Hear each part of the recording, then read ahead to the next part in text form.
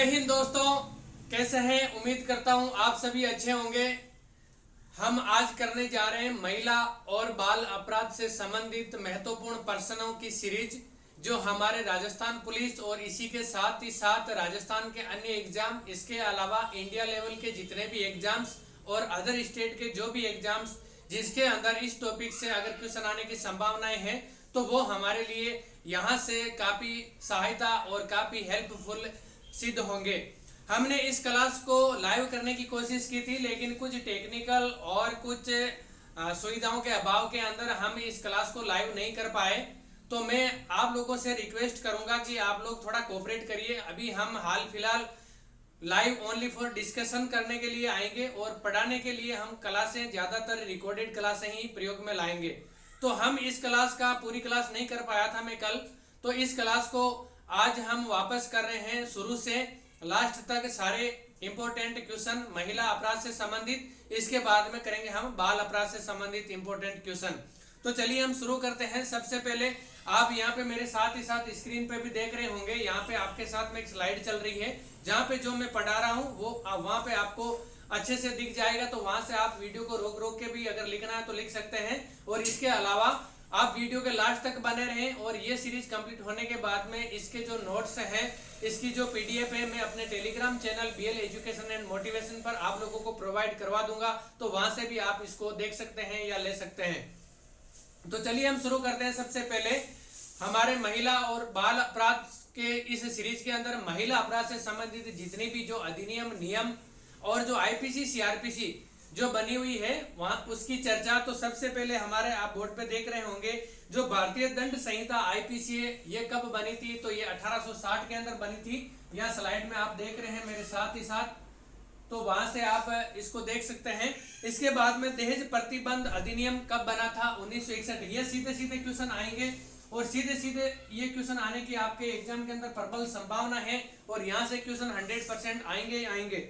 इसके बाद में निर्भया एक्ट 2013, ये 2000 कब आपको एग्जाम में पूछ लिया जाएगा, निर्भया एक्ट कब बना था? 2013 के अंदर। फिर अनैतिक व्यापार रोकथाम अधिनियम कब बना था? तो 1956 के अंदर बना था।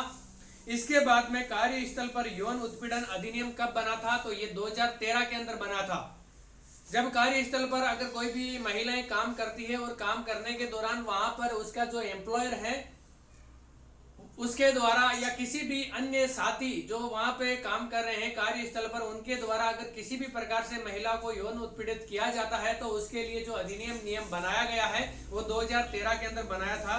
तो ये आपके लिए काफी इंपॉर्टेंट है। फिर मातृत्व लाभ अधिनियम 1961 बनाया गया। आपके एग्जाम में पूछ लिया जाए तो ये आपको याद रखना है ये कौन सा अधिनियम नियम है और ये किस साल के अंदर बनाया गया। नेक्स्ट है आपका घरेलू हिंसा अधिनियम कब बनाया गया था? घरेलू हिंसा अधिनियम 2005 के अंदर बनाया था। हिंदू विवाह विधि अधिनियम ये कब बनाया था? ये 1955 के अंदर बनाया था। फिर आप स्त्री अशिष्ट रूप प्रतिषेध अधिनियम 1986 के अंदर बनाया गया। फिर प्रसव पूर्व गर्भाधान पीसीपीएनडीटी ये अधिनियम कब बनाया गया? ये 1994 के अंदर बनाया गया, और ये काफी इंपॉर्टेंट अधिनियम है और आप लोगों को याद रखना है, इसका एग्जाम के अंदर पूछे जाने की पूरी संभावनाएं है। इसके बाद में सती रोकथाम अधिनियम कब बनाया गया? तो ये 1987 के अंदर बनाया गया। इसके अलावा पारिश्रमिक अधिनियम ये कब बनाया गया? 1976 के अंदर बनाया गया। इसके बाद में धारा 354 ये किसके या किस प्रावधान के अंदर ये लागू होती है? अब हम पढ़ेंगे, इतनी देर तो हमने अधिनियम नियम पढ़े, अब पढ़ेंगे हम जो इंपॉर्टेंट आईपीसी सीआरपीसी जो महिलाओं को सुरक्षित या सुरक्षा प्रदान करती है। तो जो धारा 354 है इसके अंदर प्रावधान किया गया है कि स्त्री की लज्जा भंग करने के आशय से उस पर हमला करना, ये धारा 354 के तहत दंडनीय अपराध होगा। फिर धारा 354(1) के अंदर यौन उत्पीड़न के लिए सजा का प्रावधान है। फिर धारा 354(b) के अंदर बलपूर्वक नग्न करना या विवश करना, इसके अंदर प्रावधान किया गया है। फिर धारा 354(c) के अंदर ताक झांक करना, अगर आपको एग्जाम के अंदर पूछ लिया जाए कि ताक झांक करने के अपराध के अंदर कौन सी धारा लागू होगी, तो धारा 354(c). ये मैंने सारी की सारी धाराएं एक पूरी व्याख्या के सहित पूरा आपको पहले क्लासें करवा रखी है, वहां से भी आप पढ़ सकते हैं, देख सकते हैं एक बार। अगर समझ में नहीं आता है तो यहाँ पे मैं वन लाइनर क्वेश्चन फॉर्म के अंदर आपके सामने पेश कर रहा हूं, ताकि आपको एग्जाम के समय पढ़ने के अंदर आसानी रहे। फिर है हमारा धारा 354D के अंदर क्या प्रावधान है, किसी भी औरत या किसी भी महिला का पीछा करना। फिर धारा 509 के अंदर शब्द अंग विक्षेप या कार्य जिससे लज्जा का अनादर हो, ये मैंने अच्छे से पढ़ाया है, अच्छे से समझाया है, वहां से आप पीछे क्लासें लेकर महिला बाल अपराध की, और वहां से आप पढ़ सकते हैं। यहाँ पे आपको ये ध्यान रखना है कि अगर शब्द अंग विक्षेप या कार्य जिससे लज्जा का अनादर हो, अगर ये आपके एग्जाम के अंदर पूछ लिया जाए तो ये किस धारा के अंदर इसको दंडनीय अपराध घोषित किया गया है, तो ये धारा 509 के अंदर आएगा। फिर धारा 376 ये बलात्कार जैसा घिनौना अपराध करने के ऊपर या उसके बाद में ये इस धारा के तहत उसके ऊपर कानूनी कार्रवाई की जाएगी। फिर धारा 376 ए के अंदर क्या प्रावधान है, स्त्री को डरा धमकाकर बलात्कार करना जिससे उसको गंभीर क्षति पहुंची हो या उसकी मृत्यु हो जाती हो। आप एक एक वर्ड पर ध्यान देना, यहाँ पे आप स्क्रीन पर देख लेना अच्छे से कि क्या मैंने लिखा है और एग्जाम के अंदर क्या आ सकता है। धारा 376 ए जो प्रावधान करती है, स्त्री को डरा धमका कर बलात्कार करना जिससे उसको गंभीर क्षति पहुंचती हो या उसकी मृत्यु हो जाती हो। उसके बाद में धारा 376 बी, धारा 376 बी के अंदर प्रावधान है पति द्वारा पत्नी से अलग होने की स्थिति में, अगर कोई भी पति पत्नी से अलग रह रहा है और उस स्थिति के अंदर पति द्वारा पत्नी की सहमति के बिना अगर शारीरिक संबंध बनाना या बनाया जाता है तो बलात्कार माना जाएगा। ये धारा 376 बी के अंदर परिभाषित है। फिर धारा 376 सी, इसके अंदर किसी अधिकारी या सेवक जिसकी अभिरक्षा में स्त्री को रखा जाता है और उसके बाद में उसके साथ यौन अपराध अगर कारित होता है तो वो धारा 376 सी के अंदर उसको परिभाषित किया गया है और दंडनीय अपराध उसके अंदर दिया जाएगा। फिर है धारा 376 डी जो सामूहिक बलात्कार के अंदर आती है। इसके अंदर आप लोगों को मैं बता दूं, पहले धारा 376 थी जो बलात्कार से संबंधित है, और अगर आपको सामूहिक बलात्कार का अगर पूछे तो उसके अंदर धारा 376 डी आएगा, ये आपको ध्यान रखना है। फिर धारा 376 डी ए जिसके अंदर क्या है, 16 वर्ष से कम आयु की महिला के साथ अगर बलात्कार किया जाता है तो उसको धारा 376 डी ए के अंदर परिभाषित किया गया है। इसके बाद में धारा 376 डी बी जिसके अंदर 12 वर्ष से कम उम्र की अगर कोई भी महिला हो जिसके साथ सामूहिक रूप से बलात्कार अगर किया जाता है तो वो धारा 376 डीबी के अंदर परिभाषित है और वहां पे दंडनीय अपराध उसको घोषित किया गया है। फिर धारा 366 जिसके अंदर 18 वर्ष से कम उम्र की महिला को गैर कानूनी संभोग के लिए फुसलाना, गैर कानूनी संभोग करने के लिए उसको उकसाना या उसको फुसलाना बहलाना इस प्रकार का जो करते हैं वो धारा 366 के अंदर परिभाषित किया गया है। फिर अगर आपको एग्जाम में पूछे धारा 366 के इसके अंदर क्या प्रावधान है, तो 16 वर्ष से कम उम्र की महिला को गैर कानूनी संभोग के लिए बहलाना फुसलाना। धारा 366 के अंदर तो 18 वर्ष से कम उम्र की महिला या स्त्री आएगी और धारा 366 के अंदर 16 वर्ष से कम उम्र की स्त्री या महिला आएगी। इसके बाद में धारा 366 के अंदर 21 वर्ष से कम उम्र की विदेशी महिला को गैर कानूनी संभोग के लिए मजबूर करना। अगर कोई विदेशी मूल की अगर कोई भी महिला या औरत या स्त्री है और उसको अगर गैर कानूनी रूप से संभोग के लिए मजबूर अगर किया जाता है तो उसकी जो कार्रवाई है वो धारा 366 के तहत की जाएगी, लेकिन उस महिला या स्त्री की उम्र 21 वर्ष से कम होनी चाहिए। इसके बाद में धारा 372 वेश्यावृत्ति के लिए बच्चों को बेचना, ये धारा 372 के अंदर आएगा। फिर धारा 373 के अंदर आता है वेश्यावृत्ति के लिए बच्चों को खरीदना। अगर बच्चों को खरीदना वेश्यावृत्ति के लिए अगर बच्चों को खरीदा जाता है तो धारा 373 के तहत कार्रवाई की जाएगी, और अगर बच्चों को बेचा जाता है तो वो धारा 372 के तहत कार्रवाई की जाएगी। अब हम करते हैं इससे संबंधित जो अधिनियम नियम और आईपीसी सीआरपी से संबंधित हमारे क्वेश्चन क्या बन सकते हैं वो, और आपके सामने पहला क्वेश्चन है भारतीय दंड संहिता आईपीसी का संशोधन अधिनियम किस वर्ष का है या किस वर्ष के अंदर भारतीय दंड संहिता को संशोधित किया गया। तो ऑप्शन है हमारे पास में 1860, 2017, 2018, 2014। तो इसका हमारा आंसर हो जाएगा राइट आंसर 2018। पहले क्वेश्चन का राइट आंसर क्या हो जाएगा, पहले क्वेश्चन का राइट आंसर हो जाएगा आपका 2018। क्या होगा 2018। नेक्स्ट क्वेश्चन है हमारा दंड संहिता की धारा 354 का मुख्य मुद्दा महिला से जुड़े किस अपराध को उजागर करता है। यानी कि जो दंड संहिता की जो आईपीसी 354 है, जो धारा 354 है, वो क्या प्रावधान करती है। तो इसके अंदर हमारा राइट आंसर हो जाएगा पहला ऑप्शन है अम्ल फेंकने या फेंके का प्रयत्न करने के लिए दंड। दूसरा ऑप्शन है लैंगिक उत्पीड़न और किसी महिला की मर्यादा को भंग करने के लिए दंड। तीसरा है दहेज उत्पीड़न के लिए दंड और चौथा है घरेलू हिंसाचार के लिए दंड। तो हमारा इसके अंदर राइट आंसर हो जाएगा ऑप्शन नंबर बी, जो है लैंगिक उत्पीड़न और किसी महिला की मर्यादा को भंग करने के लिए दंड, जो 354 के तहत दिया जाएगा। तो दूसरा जो हमारा क्वेश्चन है उसका आंसर हो जाएगा option number B. Next question है हमारा क्वेश्चन नंबर 3, जो भारतीय दंड संहिता की धारा 354A किस प्रावधान को विश्लेषित करती है। यानी कि जो दंड संहिता की जो धारा 354A है इसके अंदर क्या प्रावधान किया गया है। तो इसके अंदर पहला ऑप्शन है यौन उत्पीड़न के लिए सजा, बी ऑप्शन है बाल विवाह, सी है बाल पोर्न और डी है एसिड अटैक। तो हमारा इसके अंदर राइट आंसर हो जाएगा ऑप्शन नंबर ए, यौन उत्पीड़न के लिए सजा। तीसरा क्वेश्चन है इसका हमारा राइट आंसर हो जाएगा ए, तीसरे का राइट आंसर हो जाएगा ए। थोड़ा सा पेन दिक्कत कर रहा है, मैं दूसरा पेन चेंज कर लेता हूं यहां पर।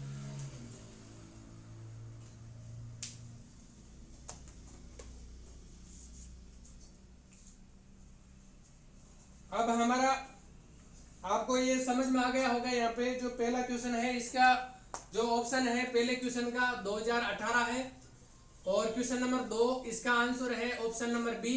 क्वेश्चन नंबर 3 इसका आंसर है ए, ऑप्शन नंबर ए। अब हमारे सामने है क्वेश्चन नंबर 4। क्वेश्चन नंबर 4 का राइट आंसर क्या होगा, या क्वेश्चन नंबर 4 क्या है, किसी महिला को जबरदस्ती निर्वस्त्र करने के मामले में, यानी कि किसी भी महिला को निर्वस्त्र अगर जबरदस्ती निर्वस्त्र किया जाता है तो इस मामले के अंदर जो आईपीसी की जो धारा है वो कौन सी धारा है जिसके तहत दंड का प्रावधान किया गया है। हमारा चौथा क्वेश्चन ये है, इसके ऑप्शन है धारा 354, धारा 354A, धारा 354C, धारा 354B। तो हमारा क्वेश्चन नंबर 4 का राइट आंसर हो जाएगा option number D. Option number D के अंदर क्या है, धारा 354B। नेक्स्ट क्वेश्चन है हमारा, किसी महिला की तरफ ताक-झांक करने के मामले में आईपीसी की कौन सी धारा जिसके अंदर दंड का प्रावधान किया गया है। तो ताक-झांक करने के लिए अभी मैंने पढ़ाया था आपको, इसके अंदर ऑप्शन है हमारा धारा 354, धारा 354A, धारा 354C, धारा 354D। तो इसके अंदर क्वेश्चन नंबर 5 का हमारा राइट आंसर हो जाएगा ऑप्शन नंबर सी, जिसके अंदर है धारा 354C। क्या है, धारा 354C। अगर किसी भी महिला के साथ ताक-झांक की जाती है, उसके साथ छेड़खानी की जाती है ताक-झांक के संबंधित, तो वो हमारा 354 धारा के अंदर वो दंडनीय अपराध होगा। तो राइट आंसर हो जाएगा 5 नंबर का धारा 354, जो ऑप्शन नंबर सी के अंदर है। नेक्स्ट क्वेश्चन है हमारा 6 नंबर क्वेश्चन, भारतीय दंड संहिता की धारा 354D किस प्रकार का प्रावधान करती है। तो ये किस प्रकार का प्रावधान करती है, ऑप्शन नंबर ए पीछा करना, ऑप्शन नंबर बी यौन उत्पीड़न, ऑप्शन नंबर सी अंग विक्षेप और ऑप्शन नंबर डी नग्न करना। तो हमारे क्वेश्चन नंबर 6 का राइट आंसर हो जाएगा ऑप्शन नंबर ए। क्या हो जाएगा, ऑप्शन नंबर ए, जिसके अंदर है आपका पीछा करना। अगर किसी भी महिला या स्त्री का पीछा किया जाता है किसी के द्वारा, तो वो धारा आईपीसी की 354D के अंदर दंडनीय अपराध होगा। नेक्स्ट क्वेश्चन है हमारा 7, जिस भारतीय दंड संहिता की धारा 509 किस प्रकार का प्रावधान करती है। ये आपके मैंने जो क्वेश्चन बनाए हैं ये क्वेश्चन आपके एग्जाम के अंदर भी इसी फ्रेम के अंदर आएंगे। तो आप लोग ज्यादा ये नहीं सोचना कि ये क्वेश्चन इस टाइप से आएंगे नहीं आएंगे, या तो आपको धारा दे दी जाएगी ऑप्शन के अंदर और वो किससे संबंध रखती है ऑप्शन में वो आएगा, या फिर आपको उसका जो किससे उसमें क्या प्रावधान किया गया है प्रावधान ऊपर दे देगा और जो धारा से संबंधित जो धारा है वो ऑप्शन के अंदर दे दिया जाएगा। तो जो ऑप्शन क्वेश्चन नंबर हमारा 7, भारतीय दंड संहिता की धारा 509 किस प्रकार का प्रावधान करती है। तो इसके अंदर ऑप्शन नंबर ए ऐसे शब्द जो अंग विक्षेप या स्त्री लज्जा का अनादर करे, ऑप्शन नंबर बी बलात्कार, ऑप्शन नंबर सी पीछा करना, ऑप्शन नंबर डी दहेज अधिकारी की नियुक्ति करना। तो क्वेश्चन नंबर 7 के अंदर हमारा राइट आंसर हो जाएगा ऑप्शन नंबर ए, ऐसे शब्द जो अंग विक्षेप या स्त्री लज्जा का अनादर करें। तो हमारा क्वेश्चन नंबर 7 के अंदर राइट आंसर क्या हो जाएगा, ऑप्शन नंबर ए।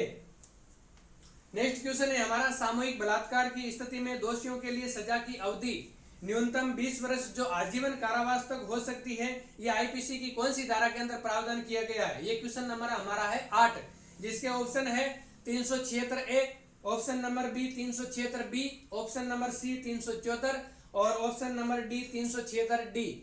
तो इसके अंदर हमारा राइट आंसर हो जाएगा क्वेश्चन नंबर 8 के अंदर option number D 376 D. Question number 8 के अंदर हमारा राइट आंसर क्या हो जाएगा? ऑप्शन नंबर डी, जिसके अंदर क्या है 376 डी। इसके बाद में हमारा क्वेश्चन 9 नंबर क्वेश्चन, भारतीय दंड संहिता की धारा 376 के अंतर्गत किस प्रकार के अपराध होने पर दंड का प्रावधान दिया गया है? यानी कि जो धारा 376 है ये किस प्रकार के प्रावधान करती है? तो इसके अंदर हमारा ऑप्शन नंबर ए भ्रूण हत्या, ऑप्शन नंबर बी बाल विवाह, ऑप्शन नंबर सी घरेलू हिंसाचार और ऑप्शन नंबर डी जिसके अंदर है बलात्कार। तो इसका हमारा जो राइट आंसर है वो हो जाएगा क्वेश्चन नंबर 9 के अंदर आंसर डी। तो 9 के अंदर डी के अंदर क्या दिया है? बलात्कार। तो क्वेश्चन नंबर 9 जिसका राइट आंसर हो जाएगा ऑप्शन नंबर डी, बलात्कार से संबंध रखती है। 376 जो मैंने आपको बताया था 376 ए है वो सामूहिक बलात्कार से रखती है। क्वेश्चन नंबर 10, क्वेश्चन नंबर 10 होगा हमारा स्त्री के साथ उसकी सहमति या असहमति के बिना डरा धमकाकर या उसके प्रियजनों की मृत्यु का भय दिखाकर। ये सेम टू सेम जो ये परिभाषा, ये प्रावधान मैंने पीछे जो क्लासें ले रखी है महिला बाल अपराध की, उसके अंदर मैंने पूरा डिस्क्रिप्शन फॉर्म के अंदर करवा रखा है। तो आप लोगों को अगर यहाँ पे क्वेश्चन फॉर्म के अंदर समझ में नहीं आए तो आप एक बार पीछे वीडियो जाके वहां से प्लेलिस्ट महिला और बाल अपराध की जो प्लेलिस्ट है वहां से आप एक बार अपना जो कंसेप्ट है वो क्लियर कर लें, उसके बाद में क्वेश्चन देखें। तो जो क्वेश्चन नंबर 10 है इसके अंदर क्या है? स्त्री के साथ उसकी सहमति या असहमति के बिना डरा धमकाकर या उसके प्रियजनों की मृत्यु का भय दिखाकर उसके साथ किया गया बलात्कार, जिसके कारण उस स्त्री को कोई गंभीर क्षति पहुंचती है या उसकी मृत्यु हो जाती है, तो ऐसा अपराध के लिए दंड का प्रावधान निम्नलिखित में से कौन सी धाराओं के तहत किया जाएगा? तो इसके अंदर हमारा ऑप्शन नंबर ए है धारा 375, ऑप्शन नंबर बी धारा 376 ए, ऑप्शन नंबर सी धारा 376 बी और ऑप्शन नंबर डी धारा 376 सी। तो इसके अंदर हमारा राइट आंसर हो जाएगा ऑप्शन नंबर बी जिसके अंदर है धारा 376 ए। क्वेश्चन नंबर 10 का राइट आंसर क्या है हमारा? क्वेश्चन नंबर 10 का राइट आंसर है ऑप्शन नंबर बी और ऑप्शन नंबर बी के अंदर क्या है? धारा 376 ए। अब है हमारा नेक्स्ट क्वेश्चन, निम्नलिखित क्वेश्चन नंबर 11, निम्नलिखित में से कौन सही ढंग से मेल खाता है? यहाँ पे आपको मिलान के रूप में दिया गया है, धारा दी गई एक तरफ और दूसरी तरफ उसके अंदर क्या क्या प्रावधान किए गए हैं तो वो दिया है। तो आपका क्वेश्चन इस फॉर्म के अंदर भी फॉर्मेट हो सकता है। तो इसके अंदर क्या दिया है? धारा 376 बी, धारा 376 सी और धारा 376 बी और धारा 376 सी। ये जो है धारा और इसके अंदर जो मिलाया हुआ है और इस मिलान के अंदर धारा 376 बी पीड़ित की मृत्यु या लगातार विकृतशील दशा कारित करने के लिए दंड का प्रावधान करती है। ऑप्शन नंबर बी है धारा 376 सी सामूहिक बलात्कार का प्रावधान करती है। ऑप्शन नंबर सी धारा 376 बी पति द्वारा पत्नी के साथ पृथक्करण दौरान मैथुन करने की जो परिभाषा है उसको परिभाषित करती है। धारा 376 सी जो ऑप्शन नंबर डी इसके अंदर दिया है पति द्वारा पत्नी के साथ पृथक्करण दौरान मैथुन करने की प्रक्रिया या इस प्रकार का प्रावधान। तो इसके अंदर जो राइट आंसर है यानी कि जो सही मेल खा रहा है उसको हमें यहाँ पे छांटना है। तो हमारा आप बताइए कमेंट करके इसका आंसर क्या होगा। चलिए मैं आपको बता देता हूं, जो हमारा क्वेश्चन नंबर 11 है इसका राइट आंसर होगा option number C. Question number 11 का राइट आंसर क्या होगा? Option number C. Option number C के अंदर क्या दिया है? धारा 376 बी ये प्रावधान करती है कि पति द्वारा पत्नी के साथ पृथक्करण के दौरान भी संभोग करने की प्रक्रिया या संभोग करने की प्रयास ये धारा 376 बी के अंदर परिभाषित किया गया है। नेक्स्ट क्वेश्चन है हमारा क्वेश्चन नंबर 12 जो क्या पूछ रहा है आपसे, आईपीसी की धारा 376 जमानती है या गैर जमानती अपराध या गैर जमानती अपराध है? मैंने बिल्कुल अच्छी तरह से जितने भी जो धाराएं हैं कौन सी धारा जमानती है कौन सी गैर जमानती है ये भी मैंने साथ के साथ सारा करवा रखा है, तो वहां से भी आप समझ सकते हैं। तो इसके अंदर हमारा राइट आंसर क्या होगा पहले देखते हैं। ऑप्शन क्या दिए हैं? ऑप्शन नंबर ए जमानती, धारा 376 के बारे में पूछा है, धारा 376 है जो बलात्कार से संबंध रखती है। ऑप्शन नंबर बी है गैर जमानती, ऑप्शन नंबर सी दोनों जमानती और गैर जमानती और ऑप्शन नंबर डी दोनों ही नहीं। तो इसका हमारा राइट आंसर क्या हो जाएगा क्वेश्चन नंबर 12 का? तो इसका राइट आंसर हो जाएगा क्वेश्चन नंबर 12 का option number B. Option number B के अंदर क्या दिया है? ऑप्शन नंबर बी के अंदर दिया है गैर जमानती, यानी कि 376 के अंदर अगर कोई भी अपराध कारित करता है तो वो गैर जमानती अपराध होगा, उसको जमानत के ऊपर रिहा नहीं किया जाएगा। क्वेश्चन नंबर 13, किसी भी महिला के सामूहिक बलात्कार करने के आरोप में निम्नलिखित किस धारा के तहत मुकदमा चलाया जाएगा? यानी कि सामूहिक बलात्कार, अभी मैंने बताया था आपको बलात्कार और सामूहिक बलात्कार दोनों के बारे में, तो इसमें ऑप्शन नंबर है धारा 376 बी, धारा 376 ए, धारा 376 डी और धारा 376 ए बी। तो इसके अंदर हमारा राइट आंसर हो जाएगा ऑप्शन नंबर, इसके क्वेश्चन नंबर 13 के अंदर ऑप्शन नंबर सी, धारा 376 डी। क्वेश्चन नंबर 13 के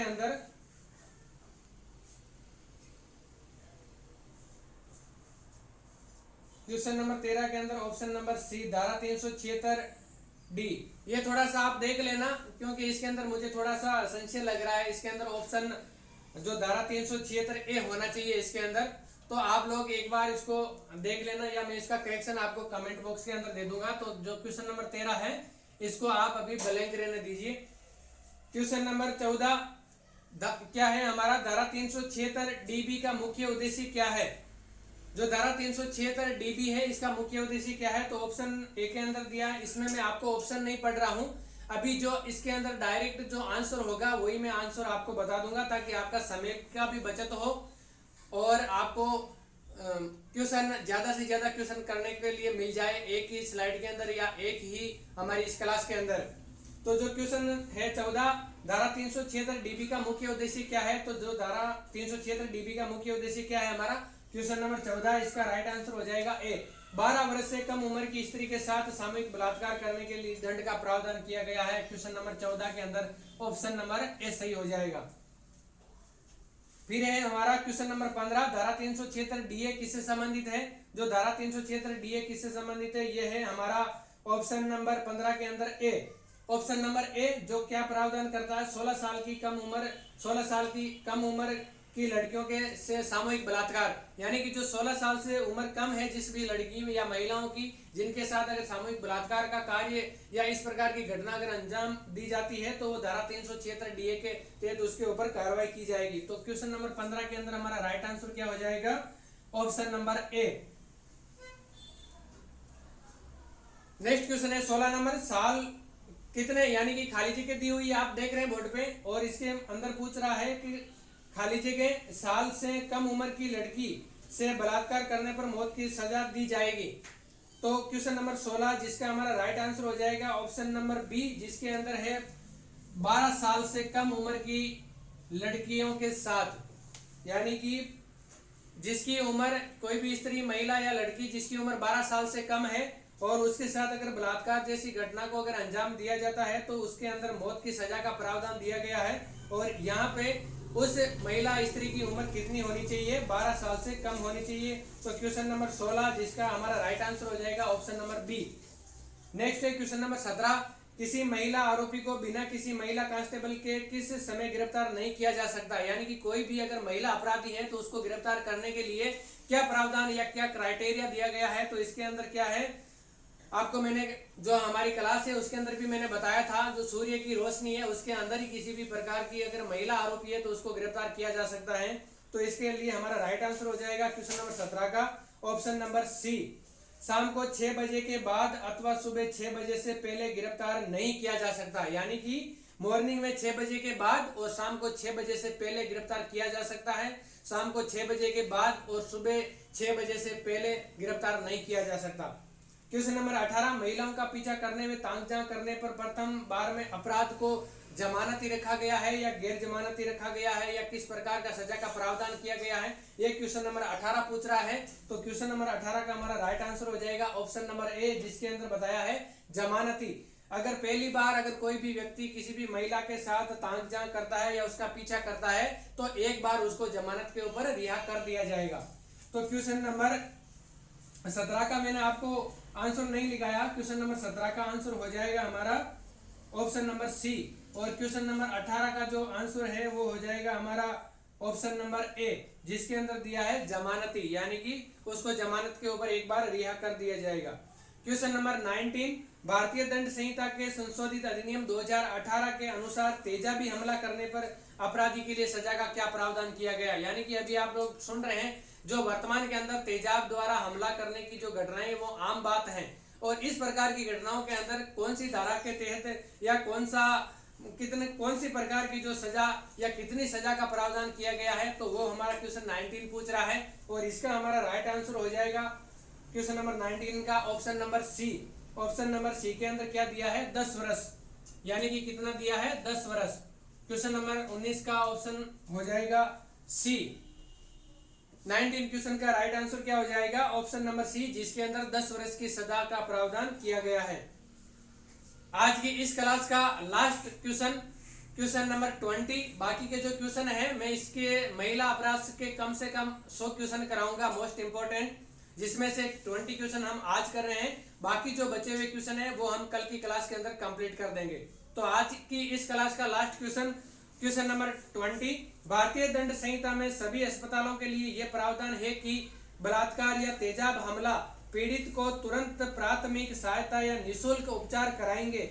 इसमें विफल होने पर कितनी सजा का प्रावधान किया गया है। यानी कि भारतीय दंड संहिता के अंदर यह प्रावधान किया गया कि कोई भी अगर महिला के साथ में अगर इस प्रकार की घटना अगर बलात्कार से संबंधित या तेजाब हमला अगर किसी भी महिला स्त्री के ऊपर किया जाता है और उसको अगर अस्पताल के अंदर ले जाया जाता है, तो उसको समुचित उसके स्वास्थ्य और समुचित उपचार की व्यवस्था करना अस्पताल की जिम्मेदारी है। और अगर वो इस जिम्मेदारी को अगर पूर्ण रूप से नहीं निभा पाता है तो उसको सजा का प्रावधान किया गया है, कानून अपराध ठहराया गया है। तो क्वेश्चन नंबर 20 का हमारा राइट आंसर हो जाएगा ऑप्शन नंबर डी, जिसके अंदर है कम से कम 7 वर्ष की सजा का प्रावधान। क्वेश्चन नंबर 20 का राइट आंसर क्या है, ऑप्शन नंबर डी, जिसके अंदर क्या किया गया है, क्वेश्चन नंबर 20 का राइट आंसर कम से कम 7 वर्ष की सजा का प्रावधान। तो चलिए हम आज की इस क्लास के अंदर 20 क्वेश्चन ही करेंगे, बाकी बचे हुए क्वेश्चन हम कल की क्लास के अंदर करेंगे। 100 क्वेश्चन महिला अपराध से संबंधित कराऊंगा और बाकी के इतने ही क्वेश्चन हैं जो मैं बाल अपराध से भी कराऊंगा, जो दोनों टॉपिक आपके कंप्लीट हो जाएंगे। और राजस्थान पुलिस के अंदर जो 10 नंबर है, 10 नंबर के अंदर में आपकी 8 नंबर की 9 नंबर की मैं गारंटी इन क्वेश्चनों से और जो मेरी कराई हुई जो क्लास है पीछे की उनसे ले सकता हूं।